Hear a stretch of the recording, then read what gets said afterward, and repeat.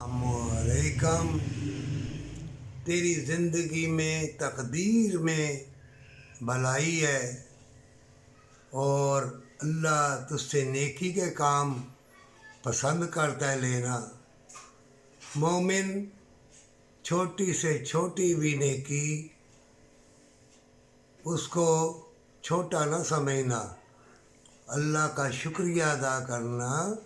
अल्लाह तूने मुझे चुन लिया नेकी की राह पर चलाने वाले। मैं अपने लिए जो भटक गए हैं उनके लिए दुआ करता हूँ। और जब तुम तंदुरुस्ती और ख़ुशी महसूस करो, ये बाग बहारें ये मौसमों की भी लज़्ज़त महसूस करो, तो कोई भी अल्लाह का कलाम यानी सलामुन कौलम मिन रब्बिर रहीम, सलामुन कौलम मिन रब्बिर रहीम, ये पढ़ो सुबह सादक फजर की अज़ान जब हो सुनते पढ़ के दरमियान में ये पढ़ो।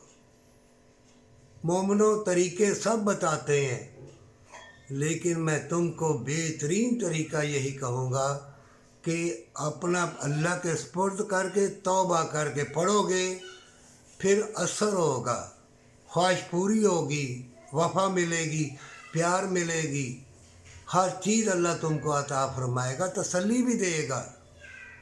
और अल्लाह तसल्ली भी देता है, अल्लाह दिलों को फेरने वाला है।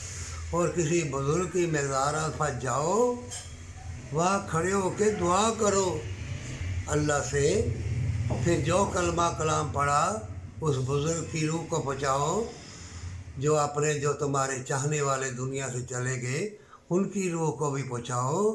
ये है तरीका, मज़ारों पे जाकर सजदा करना।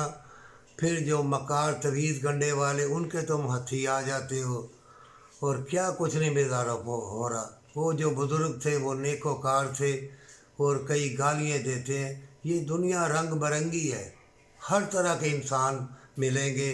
मोमिन, मैं एक बात फिर कहता हूँ, अगर तुम्हारी ज़िंदगी में भलाई नेकी, तुम्हारा दिल खुश है, तंदुरुस्ती है, तो वो जो बीमार हैं, जो मुसीबत में है, फ़लस्तीन में है, कश्मीर में, कहीं भी मुसलमान किसी भी मज़हब का हो, वो परेशान है, तड़प रहा है, बीमार है, अपने लिए और उसके लिए दुआ कर।